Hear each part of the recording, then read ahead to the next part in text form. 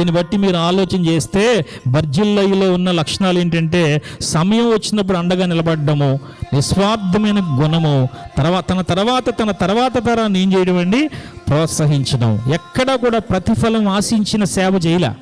ఎప్పుడైతే ఇలాంటి నిస్వార్థమైన జీవితాన్ని జీవిస్తారో వారి సంతానం ఏమవుతారో చూడండి. ఇక్కడ మీరు అనుకోవచ్చు మీ సంతానాన్ని గొప్ప గొప్ప వాళ్ళు చేయాలని, గొప్ప గొప్ప కళలకు మీరు కనవచ్చు.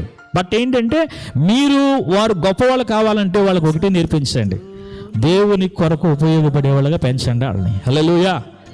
దేవుని కొరకు ఉపయోగపడేవాళ్ళుగా, దేవుని పరిచర్య చేసేవాళ్ళుగా, మందిరంలో సేవ చేసేవాళ్ళుగా, మందిర సంబంధమైన కార్యాలు చేసేవాళ్ళుగా, సేవలో ఏ పని ఉంటే ఆ పని చేయడానికి మీరు వారిని ప్రోత్సహిస్తే వారి భవిష్యత్తు గురించి మీరు ఎలాంటి బెంగా పెట్టుకోవాల్సిన అవసరం రాదు. దేవుడు ఏం చేయనివాడంటే దాన్ని రానివ్వడు. 2 చేతుల పైకి ఇది స్తోత్రం చెప్దాం. హల్లెలూయా.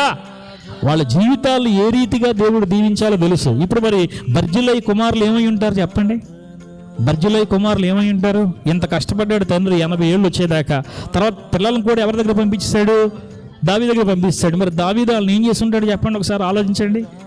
వాళ్ళని దేవుడు విడిచిపెడతాడా? దావీదు విడిచిపెడతాడా? దేవుడు విడిచిపెడతాడా? ఎవరు విడిచిపెట్టరు. వాళ్ళు ఏమయ్యారో మీకు అర్థం కావాలంటే చూడండి ఒకసారి. 1 రాజుల గ్రంథము. ఏమండి, నీవు నమ్మకంగా దేవుని సన్నిధిలో ఉంటేనండి నీ పిల్లల స్థాయి ఎంత అద్భుతంగా ఉంటుందో చూడండి ఒకసారి. 1 సమూయేలు గ్రంథము 2వ అధ్యాయము 7వ వచనం చదువుకుందామండి. 1 రాజులండి, 1 రాజులు 2వ అధ్యాయము 7వ వచనము.